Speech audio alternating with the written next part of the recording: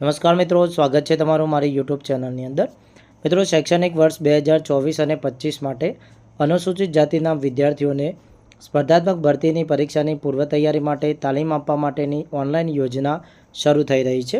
તો આજના વિડીયોની અંદર આપણે વાત કરીશું કે ક્યારથી તમે આ યોજના માટે ઓનલાઈન આવેદન કરી શકશો, તમારે કયા ધોરણની અંદર કેટલા પર્સન્ટેજ હોય તો ઓનલાઈન અરજી કરી શકો છો, અને ઓનલાઈન અરજી કરવા માટે તમારે કયા ડોક્યુમેન્ટ છે એને અપલોડ કરવાના થાય છે, અને અરજી કર્યા બાદ તમારે શું શું પ્રક્રિયા કરવાની થાય છે, તમામની ચર્ચા વિડીયોની અંદર આપણે કરીશું।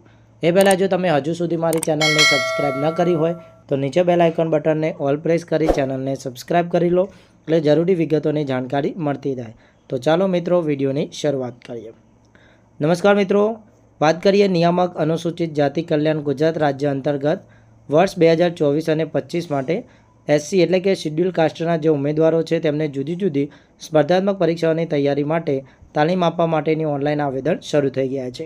અહીંયા મિત્રો વાત કરીએ તો વર્ષ 2024-25 માટે સ્પર્ધાત્મક પરીક્ષાની પૂર્વ તૈયારી કરવા ઈચ્છતા વિદ્યાર્થીઓને અહીંયા જે વેબસાઇટ આપેલી છે e-samajkalyan.gujarat.government.in આ પોર્ટલ ઉપર મિત્રો 11/6/2024થી તારીખ 31/7/2024 સુધી તમારે ઓનલાઈન અરજી કરવાની રહેશે। ઓનલાઈન અરજી કરતી વખતે મિત્રો તમારે તમામ પ્રમાણપત્રો છે એને અપલોડ કરવાના થાય છે। પોર્ટલ ઉપર મિત્રો અરજી કર્યા બાદ સંબંધિત જિલ્લાના જે નાયબ નિયામકશ્રી અને અનુસૂચિત જાતિ કલ્યાણની મંજૂરી મળ્યા બાદ મિત્રો તાલીમ સહાય મેળવવા માટે તમારે પુનઃ અરજી કરવાની થાય છે। અને મિત્રો તમારી તાલીમ પૂર્ણ થઈ જાય છે ત્યારે તાલીમ સંતોષકારક પૂર્ણ કરેલું છે તેનું પ્રમાણપત્ર અને ફી છે મિત્રો તમારે સંસ્થાની અપલોડ કરવાની થાય છે। સાથે સાથે મિત્રો તાલીમી સંસ્થામાંથી બાયોમેટ્રિક હાજરી મેળવીને મિત્રો એની પણ તમારે જે પીડીએફ છે એ મિત્રો જિલ્લા કચેરી ખાતે હાર્ડ કોપીમાં જમા કરાવવાની થાય છે। આટલે મિત્રો પ્રોસેસ તમારી પૂર્ણ થઈ જાય એટલે તમારા મેરિટના આધારે તમારી જે સહાય છે મિત્રો તમને આપવામાં આવે છે, અને મિત્રો એની પણ તમને ઓનલાઈન યાદી મૂકવામાં આવશે। તો આટલી વિગત છે મિત્રો એ તમારે કરવાની થાય છે। હવે મિત્રો આપણે જોઈ લઈએ કે આ યોજનાનો હેતુ શું છે અને કેટલી સહાય છે એ વિદ્યાર્થીઓને આપવામાં આવે છે।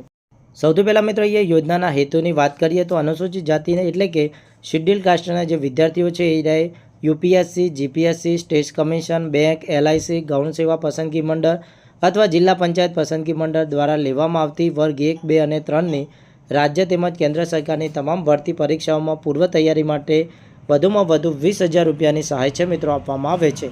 અને મિત્રો આ યોજના છે વર્ષ 2017-18થી શરૂ કરવામાં આવેલી છે। હવે મિત્રો આ યોજનાના નિયમો અને શરતોની આપણે વાત કરી લઈએ। સૌથી પહેલાં મિત્રો નિયમોની વાત કરીએ તો આ યોજનાનો લાભ લેવા માટે ઓનલાઈન અરજી કરવાની રહેશે। ઓનલાઈન અરજી કર્યા બાદ મિત્રો સંબંધિત જે નિયામક અનુસૂચિત જાતિ કલ્યાણની કચેરી છે ત્યાં વિદ્યાર્થી ઓનલાઈન મંજૂરી આપવામાં આવશે, અને વિદ્યાર્થી મિત્રો તાલીમ પૂર્ણ કર્યા બાદ પણ તમારે ચૂકવણી છે એ કરવામાં આવશે। ઉપરોક્ત જે મિત્રો પોર્ટલ છે એમાં નિયમિત સમય મર્યાદામાં અરજીઓનું રાજ્ય કક્ષાએથી નિયમાનુસાર મેરિટ બળ્યા બાદ મેરિટમાં આવતા જે વિદ્યાર્થીઓ છે તેમને નિયમાનુસાર મિત્રો જોગવાક અને લક્ષ્યાંકને ધ્યાનમાં લઈ તાલીમી છે મિત્રો એ ચૂકવવામાં આવશે। સ્નાતકની પરીક્ષા છે મિત્રો એ તમારે 50% કે તેથી વધુ ગુણ સાથે પાસ કરેલી હોવી જોઈએ। પુરુષ હોય તો મિત્રો તેમને મહત્તમ 35 વર્ષ અને સ્ત્રી હોય તો તેમની મહત્તમ 40 વર્ષ છે મિત્રો એ વય મર્યાદા રહેશે। અરજદારશ્રી અથવા મિત્રો અરજદારના જે માતા પિતા છે એ સરકારી નોકરી ધરાવતા ન હોવા જોઈએ। જો તમારા માતા પિતા સરકારી જોબ ધરાવે છે તો તમને આ યોજનાનો લાભ મળતો નથી। અરજદાર છે મિત્રો જે સંસ્થામાં અભ્યાસ કરવા માગતો હોય તેમાં નીચે મુજબની જોગવાઈ હોવી જરૂરી છે। સંસ્થા છે 3 વર્ષ કરતાં વધારે અનુભવ ધરાવતી હોવી જોઈએ। સંસ્થાનો મિત્રો જીએસટી નંબર અથવા પાન કાર્ડ નંબર ધરાવતી ફરજિયાત હોવી જોઈએ। સંસ્થાઓમાં વિદ્યાર્થીઓની હાજરી પૂરવા માટે બાયોમેટ્રિક એટલે કે ફિંગરપ્રિન્ટ છે એ મશીન હોવું જરૂરી છે। તાલીમ આપતી સંસ્થાની નોંધણી નીચેના પૈકી કોઈપણ એક સ્તર અધિનિયમ હેઠળ થયેલી હોવી જોઈએ। એટલે કે મિત્રો અહીંયા જે 3 નિયમો આપેલા છે અંતર્ગત તે સંસ્થા ફરજિયાત નોંધણી કરાવેલી હોવી જરૂરી છે। એક મુંબઈ જાહેર ટ્રસ્ટ અધિનિયમ 1950, બીજો છે કંપની અધિનિયમ 1956 અને ત્રીજો છે શોપ એન્ડ એસ્ટાબ્લિશમેન્ટ એક્ટ 1948 એટલે કે દુકાનો અને સંસ્થાઓના અધિનિયમ 1948। આ ત્રણમાંથી કોઈપણ એક સંસ્થા હેઠળ તેનું રજિસ્ટ્રેશન થયેલું હોવું જરૂરી છે।